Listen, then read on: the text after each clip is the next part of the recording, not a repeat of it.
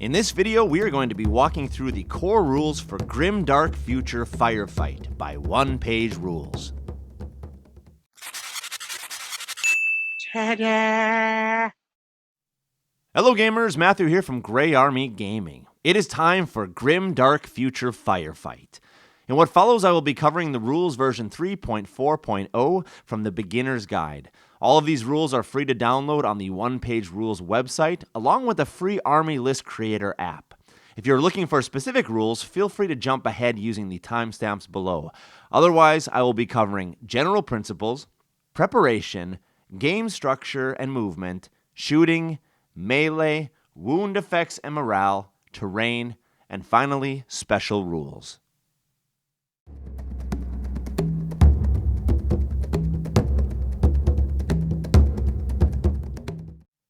The most important rule for this game is to be generous to your opponent. Whenever possible, try to talk through rules before the game begins. If, however, situations arise when you are not in agreement, roll a d6 to resolve the issue. On a 1 to 3, player A gets to decide, and on a roll of 4 to 6, player B decides.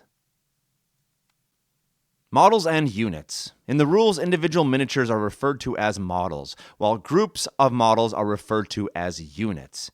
This means that when a rule applies to a unit, it applies to all miniatures within that unit, while if a rule applies to a model, it only applies to one individual miniature. Unit stats. Units come with a variety of statistics that define who they are and what they can do. This is important information when you are compiling your army list. The stats include the following: name, size, the unit name and number of models; quality, the score needed for attacks and morale; defense, the score needed for defense; equipment, any weapons and gear the unit has; special rules, any special rules the unit has; cost, how many points it costs to take this unit. Dice. To play the game, you're going to need some 6-sided dice, which we refer to as D6. Depending on how many models you're playing with, it's good to have at least 10 to 20 dice to keep things fast. In addition, it always helps to have dice of different colors so that you can combine them for faster rolling. Sometimes the rules will refer to different types of dice. For example, D3, 2d6, and d6 plus 1. Here's how you do these rolls. For the D3, take a single die, roll it, and then take half of that if you need to, always rounding up. So in this case, we rolled a 4. Half of that would be a 2. For 2d6, take 2 dice and roll them together and sum the result of both. So in this case, we have 5. And finally, a d6 plus 1, just roll 1 d6 and add plus 1. So in this case, it would be a 5. Whenever a rule tells you to re-roll a dice result, simply pick up the number of dice you have to re-roll and roll them again. The result of the second roll is the final result, even if it's worse than the first. And remember, a die roll may only be re-rolled once, regardless of how many rules apply to it. Roll-offs. Whenever a rule tells you to roll off, all players involved in the roll-off must roll 1 die and then compare their results. The player with the highest result wins the roll-off, and in the event of a tie, the players must re-roll until there is a winner. Quality tests. During the game, you'll be required to take quality tests in order to see if a unit succeeds at doing various things, such as hitting its targets or passing morale tests. Whenever you take a quality test, you will roll a single d6. If you score the unit's quality value or higher, then it counts as a success. Otherwise, it counts as a fail. In this example, we will say that we have a 4+ on this model, so we need to roll a 4 or higher in order to pass. We rolled a 1, so we failed. Modifiers. Throughout the game, there are going to be rules that apply modifiers to your die rolls. This can be different numbers, +1, -1, +2, -2, so on and so forth. Whenever a modifier applies to one of your rolls, simply add or subtract the value from the roll result, and the new value counts as the final result. However, remember this, a roll of 6 is always going to be a pass, and a roll of 1 is always going to be a failure. So, for example, let's say that this model has a quality of 4+ and needs to take 3 quality tests with a -1 modifier. We will roll our 3 dice, and we will see the result. 1 minus 1 is 0. That fails, obviously. 4 minus 1 is 3. That is going to be a fail. And a 5 minus 1 is going to be a 4. So we see in the end of the day, after the modifiers, we have only passed with one of our rolls. Weapons. All weapons in the game are separated into two categories, ranged weapons and melee weapons. Ranged weapons have a range value and can be used for shooting, while melee weapons don't have a range value and can be used only in melee. Measuring distances. In this game, we are going to be using inches, and therefore I recommend that you have a nice measuring tool, such as this 12-inch measuring stick, along with a 6-inch measuring stick. However, these are not necessary. You can also simply use a tape measure, which is also going to be good when you need to measure further distances for shooting, say for example 24 inches.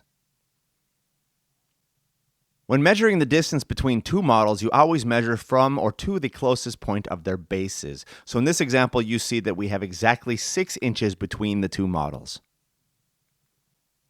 When measuring the distance between two units, you always measure from or to the closest model in each unit. In this example, it will be the same exact distance, 6 inches between these two units. When measuring how far a model moves, always measure so that no part of its base moves further than the total distance.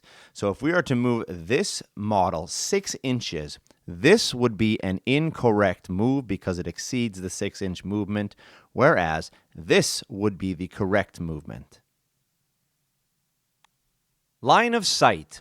When playing the game, line of sight is used to determine if a model can see another model for any purpose. Simply get down to the eye level of the miniature and check if it can see the target. If the target is visible, then it has line of sight.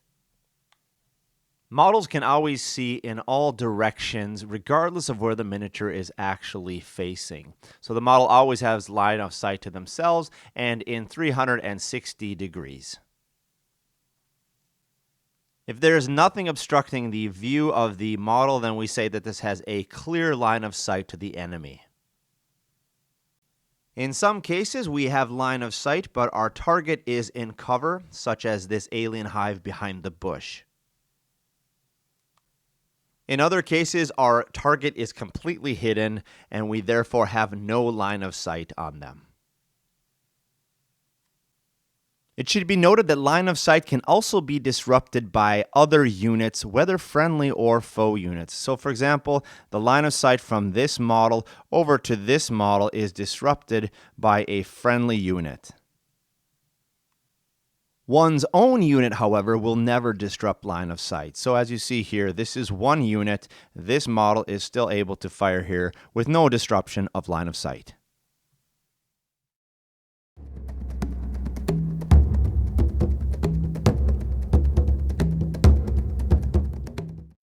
Preparation. Preparing the battlefield. You're going to need a flat 4-foot by 4-foot area to play on, which is usually referred to as the battlefield or the table. Note that the game can also be played on smaller areas as long as armies deploy at least 24 inches apart. Once you have your 4-foot by 4-foot playing space, then go ahead and fill that space up with terrain. We recommend that you have at least 25 pieces of terrain. Fill that board up, give you lots of places to hide your troops, to block line of sight, and make the battlefield quite interesting.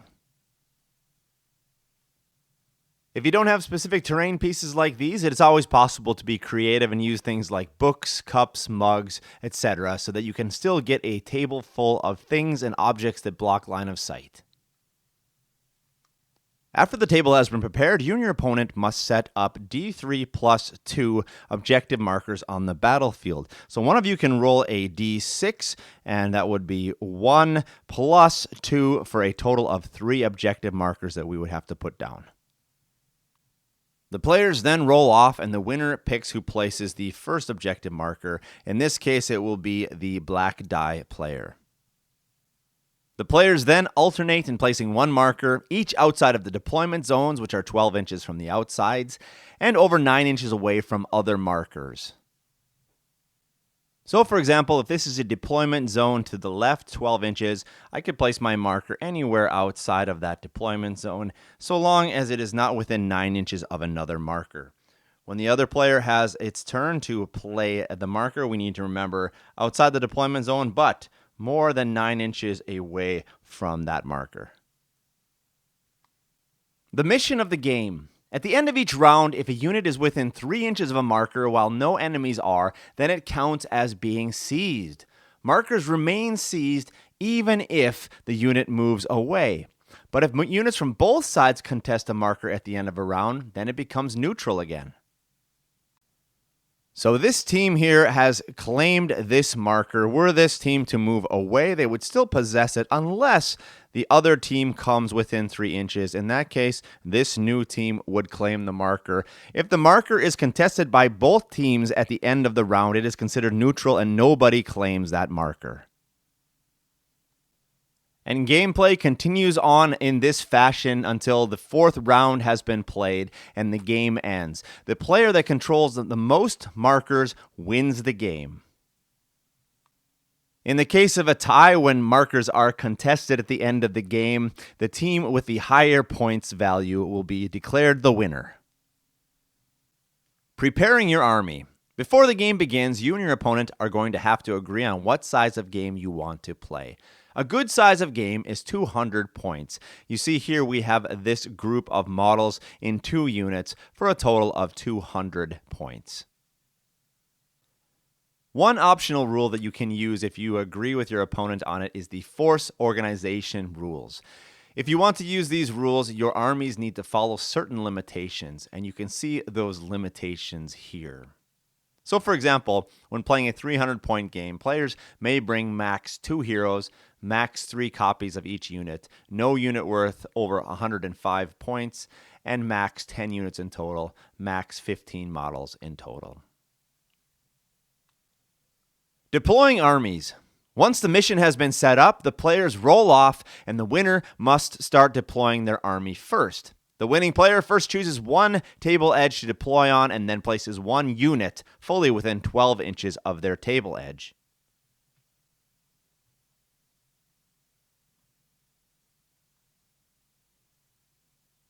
Once that player has deployed, then the other player may begin to deploy a unit on the opposite board edge.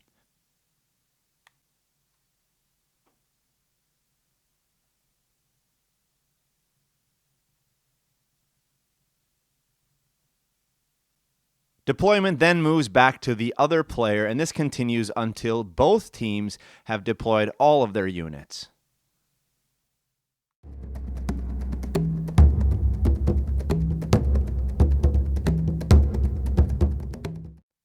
Game structure and movement. Game structure. The game is structured into game rounds, player turns, and unit activations. Here's the breakdown of what these mean. Rounds. Each round is made up of multiple turns. Turns. Each turn is made up of a single activation. Activations. Each activation is made up of an action. Playing the game.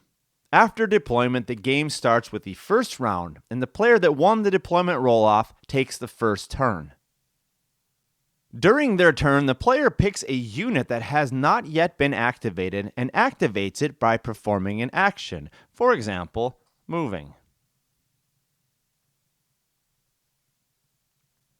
Once the action has been taken, their turn is over and the opposing player's turn starts. Now this continues until all units have been activated, at which point the round ends and a new one begins.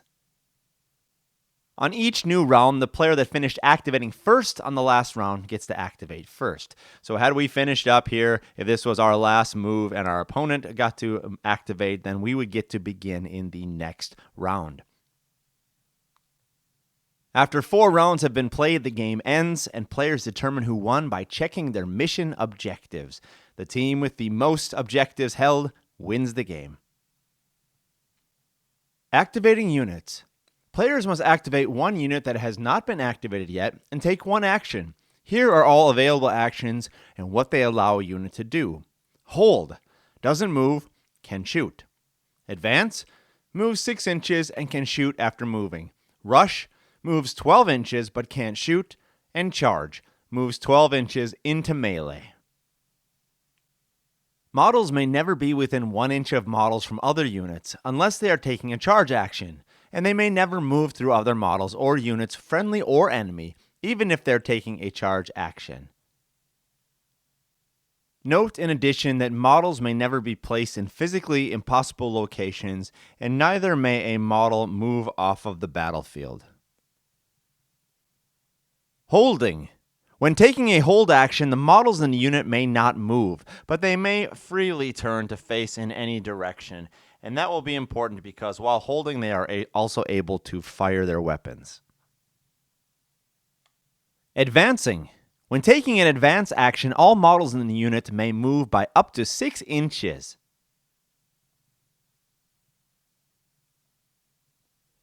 Models may move and turn in any direction regardless of their facing, as long as no part of their bases moves further than the total movement distance. When they have moved, they are now also able to fire their weapons. Rushing. When taking a rush action, all models in the unit may move by up to 12 inches.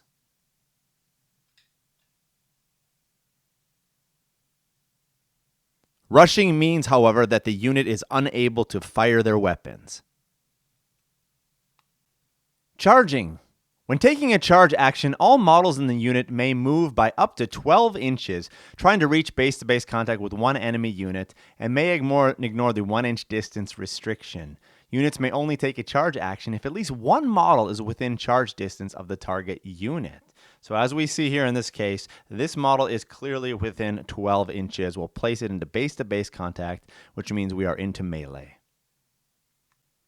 Note that charge moves do not necessarily need to be in a straight line as long as we can get to our enemy model within 12 inches.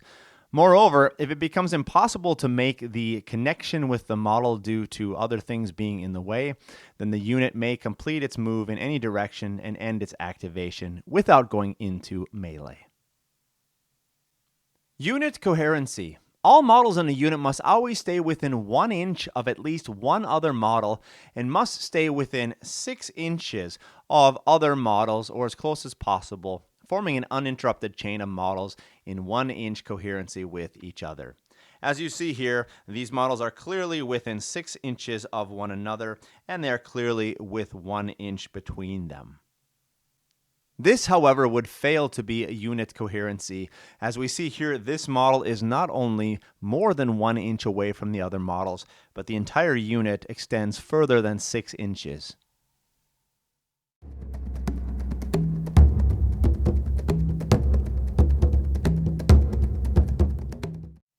Shooting. Picking targets. When taking a shooting action, a unit must pick one valid target, and all models in the unit may shoot at it. If at least one model in the unit has line of sight onto an enemy model and has a weapon that is within range of that model, then that enemy is a valid target.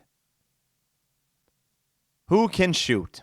All models in a unit with line of sight to the target and that have a weapon that is within range of it may fire.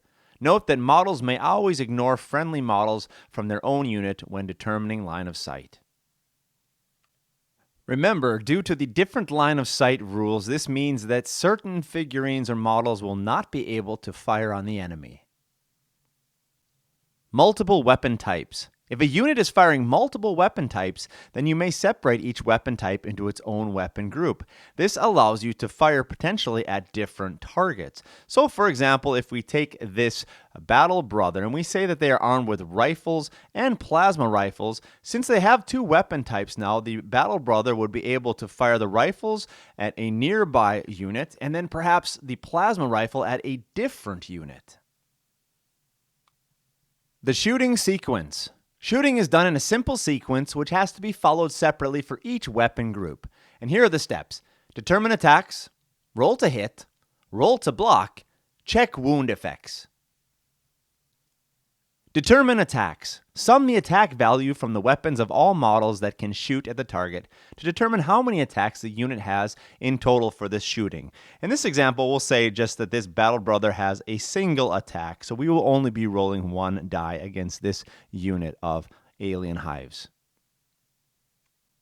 Were we obviously to have more models in our unit, then we would be able to add these attacks as well. Let's say for this example, 1, 2, 3, 4 attacks. We'd be rolling 4 dice. Roll to hit. After having determined how many attacks the unit has in total, in this example, 1 attack, take as many quality tests as attacks. And in this case, we will roll a d6. What we will do then is we will count each successful roll as a hit, and all failed rolls will be discarded with no effect. So let's say for this example, we have a 4 plus quality. We will need to roll a 4, 5, or 6 in order to hit. A 2 would be a miss. Let's say, however, that we did hit. In this case, now we will have to roll to block for the defender. Every hit that the unit has taken, the defending player must roll 1 die, trying to score the target's defense value. In this case, we have 1 hit, so we will roll 1 die in defense. Each success counts as a blocked hit, and for each failed roll, place 1 wound marker on that model. Let's say now for this example that this defender has a defense of 4 plus, so we need to roll here. On a 4, 5, or 6, we defend. Yes, with a 4, we successfully defend that attack. Let's say, however, that the defender rolled under a 4, let's say a 3. Well, then that defender would immediately take a wound. And let's go ahead and mark the wound with a single wound marker. Checking wound effects. Whenever a model has taken at least 1 wound, the defender must roll 1 die and add the number of wound markers on it, and then check to see what happens to it. And here you see the result chart of the rolls. On a 1 to 5, and this is after the wound is added in, the effect that is taken is shaken. And there are a lot of different things that happen to a shaken model that you can see here. If you get a 6 plus, the model is knocked out, and the model is immediately removed from play. So let us go back to our wounded model. Checking wound effects, we're going to add a 1 to our die result, and that will be a 1 plus 1 will be 2. This model will be considered shaken, and therefore we will set the model down on its side to show that. Let's say now that our model has taken a total of 3 wounds. And in this case, we will be adding 3 wounds to our die roll. Let's go ahead and roll again. 3 plus 3 would be 6, meaning that our model would then be knocked out and removed from play.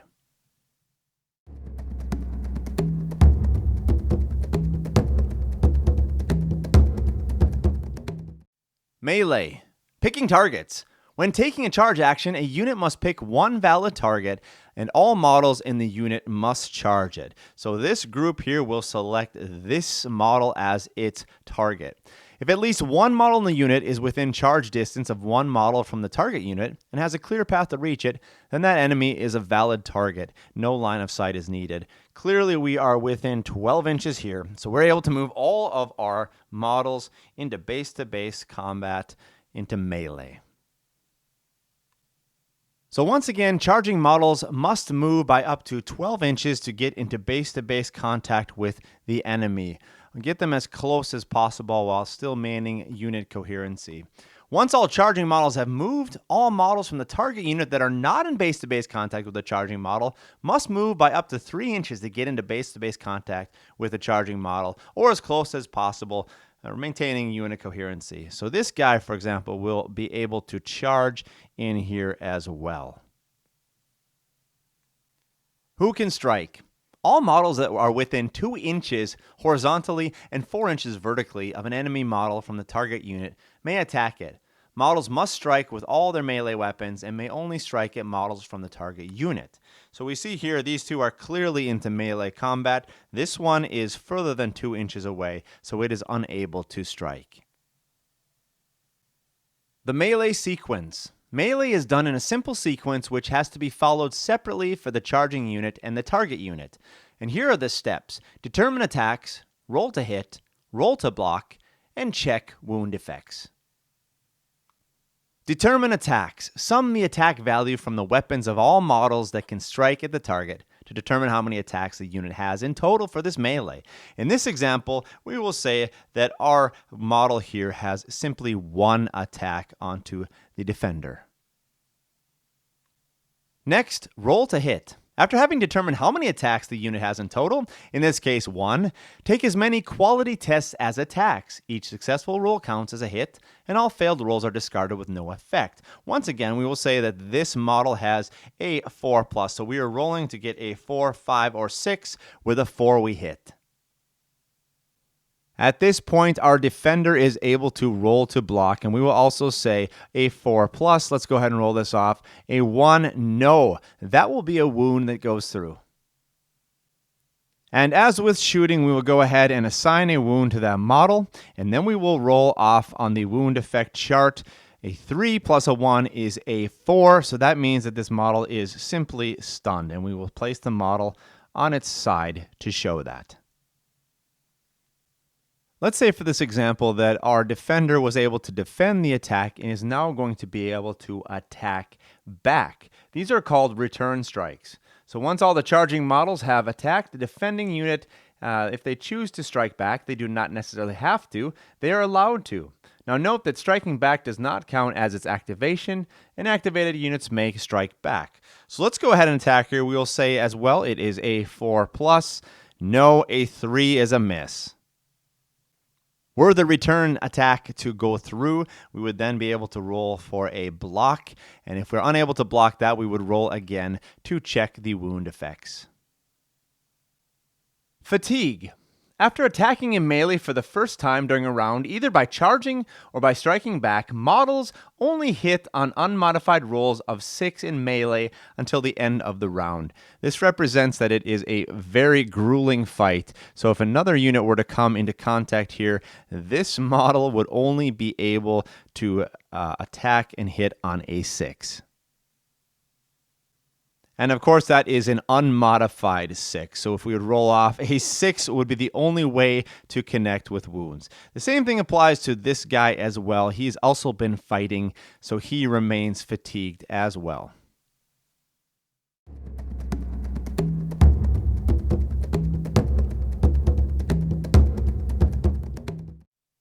Note that units must also check for wound effects when taking wounds from other sources.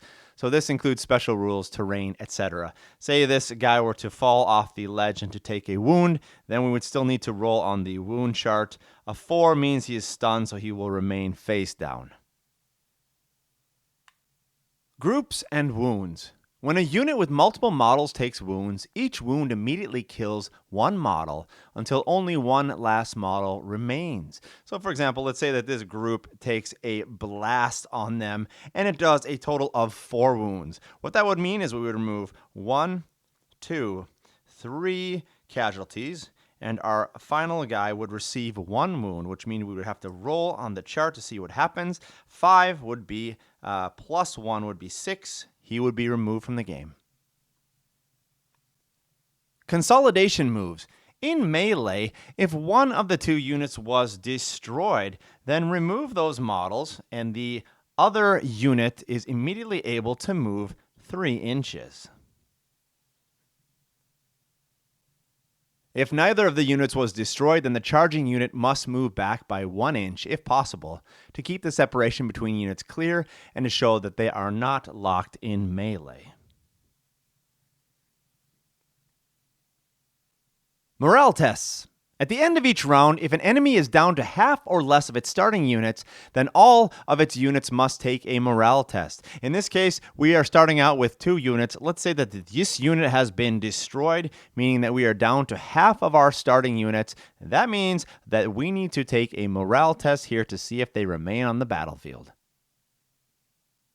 To take a morale test, the affected unit must simply take 1 regular quality test and see what happens. Here are the results. If the test is passed, nothing happens. If the test is failed, the unit is shaken. If the test is failed and the unit was already shaken, then the unit routs. So let's say that we have a quality here of 4+ with our leader. That means we need to roll a 4, 5, or 6 in order to stay in the battle, and that's a 4. Nothing happens. Were we to have failed, then the entire unit would be considered shaken. If the unit was already shaken and it would fail its morale test, this means that the entire unit is going to rout. Routed units have lost all hope and are either taken captive, they flee the battlefield, or otherwise are rendered ineffective. What we will do then is to simply remove the entire unit from the game as a casualty.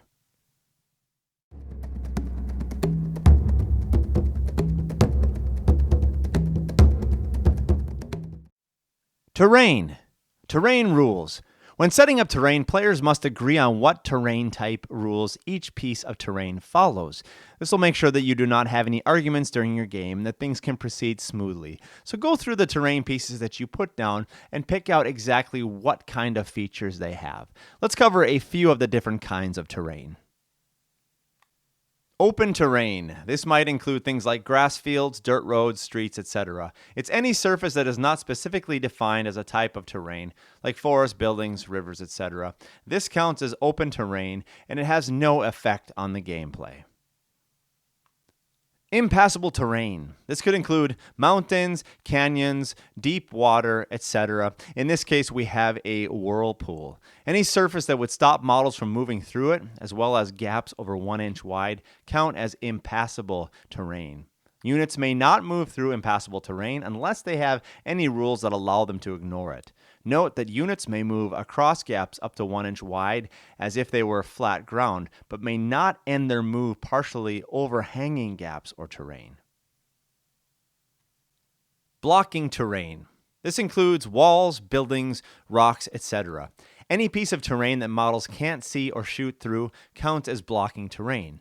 Units may not draw line of sight through blocking terrain unless they have any rules that allow them to ignore it. Cover terrain. Examples are forests, ruins, sandbags, etc. Terrain features that models can hide in or behind or that could stop projectiles. These count as cover terrain. If the majority of models in a unit are fully inside a piece of cover terrain or behind a sight blocker for multi-model units, or that are mostly inside cover terrain or behind sight blockers for single model units, they get +1 to defense rolls when blocking hits from shooting attacks. Difficult terrain. This could include woods, mud, rivers, or wreckages like what you see here. This is terrain features that hinder a model's movement or force them to slow down, and these all count as difficult terrain. If any model in a unit moves in or through difficult terrain at any point in its move, then all models in the unit may not move more than 6 inches for that movement. Dangerous terrain. Examples could be quicksand, razor wire, minefields, in this case, a burning oil slick. These are terrain features that could harm models or outright kill them. If a model moves in or through dangerous terrain or is activated in it, then it must make a dangerous terrain test. To make a dangerous terrain test, roll 1 die or as many dice as the model's tough value. And if the result is 1, then the unit takes 1 automatic wound. We will say in this case that his tough is 1, so we will roll this one, and we rolled a 3, which is not a 1, so there is no automatic wound. We're able to successfully move out of the dangerous terrain without taking any ill effect.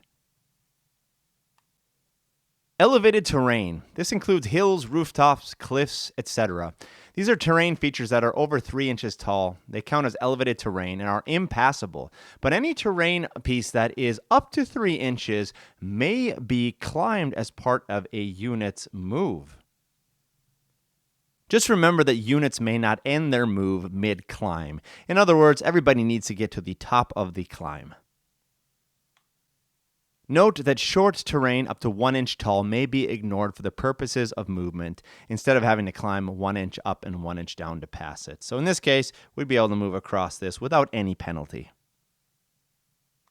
Although there are no specific rules about how many pieces of terrain you need to have, what kind of terrain, the sizes, it's good to have a good variety of different terrain pieces, large ones, medium, small, and also lots of scattered terrain that will allow you to be able to run around, to find hiding spots, to be able now to block line of sight from your enemies, and this will make the game far more entertaining because it will allow for a much more exciting game.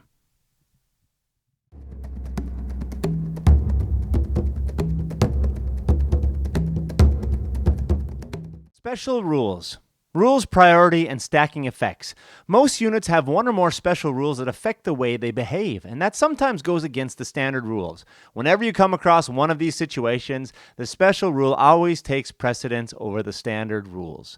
Note that effects from multiple instances of the same special rule or spell don't stack, unless it is a rule with X in its name, or unless it is specified otherwise. There are a host of special rules that apply to your troops that will be important when you fight your games. We won't go through all of those special rules here. You can consult the special rules reference sheet in the rules if you would like to get more information about these. We should nevertheless say something about the special rules for movement. Pushing. Whenever a model rolls a shaken result, the attacker may try to push it. Roll one die, and on a 4+, the attacker may move the model by up to 2 inches in any direction. So let's say we're going to be moving this guy. Let's roll that. We did not get a 4+, so we are not able to move the model. If we had gotten a 4+, for example, then we could move this model 2 inches in any direction. What is cool about this is that you are able to push models off of buildings in high places, causing more damage to them. Jumping.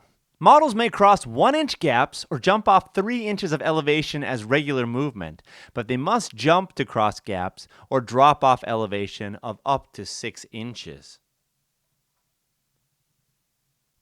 Jumping across and jumping down require us to roll. We are going to roll X plus 1 number of dice, trying to score a 3+, where X is 1 die for every full 3 inches the model wants to move. So if we're going to be jumping across a 3-inch gap, we roll 1 die plus a second die. If we're going across a 6-inch gap, well, then we would need to add another die to the mix. Let's go back to this example and say that our hero wants to cross a 3-inch gap. That means we will have to roll 1 die plus 1 more for the 3 inches. Now what this means is that we need to roll 3 pluses on both of them. If we fail on either of the dice or both of them, our hero fails and will fall. So here we go. We need 3 pluses on 2 dice, otherwise we fail. And fortunately, both of our dice came through, so we are able to make the jump successfully. The same applies to jumping down. So we're our hero to try to jump down, let's say 4 inches of elevation here. He would have to roll 2 dice, trying to score a 3+ on both of them. So let's go ahead and roll that again. And once again, we got 3 pluses on both of them, making it a successful jump down without any issues. If the model falls or is pushed off of an elevated position at least 2 inches tall, it takes 1 hit with APX, Armor Piercing X, where X is Armor Piercing 1 for every full 3 inches it fell. Let's say our hero now falls off of this building. It is a 4-inch high building, which means that he will take 1 hit with an armor piercing reduction of 1. Let's say he normally would save on a 4+. This will now bring us down to a 3+. We roll that off. He rolled a 3, which means that he is able to survive the fall without any damage. Having survived the fall, we will still place our figurine 2 inches from the base where he fell, and his turn will immediately be over. For units with multiple models, falling kills the model instead until you get to the last remaining model. So in this case, 2 of the 3 would immediately die, and then we would have to roll off to see what happens to our final model. With that, we come to the conclusion of our quick run-through of the rules for Grimdark Future Firefight. Now, there were many rules we did not have time to get into in this quick run-through, but fortunately for you, One Page Rules has posted all of these rules for free on their website, where you can go and download a PDF and start playing. If you appreciate these kind of videos, you want to see more like them in the future, more rules run through, etc., please do give me a thumbs up, subscribe to the channel, leave a comment below, and I'll continue to make more content like this in the future. And most importantly, thank you for joining us here today at Grey Army Gaming for the future of gaming.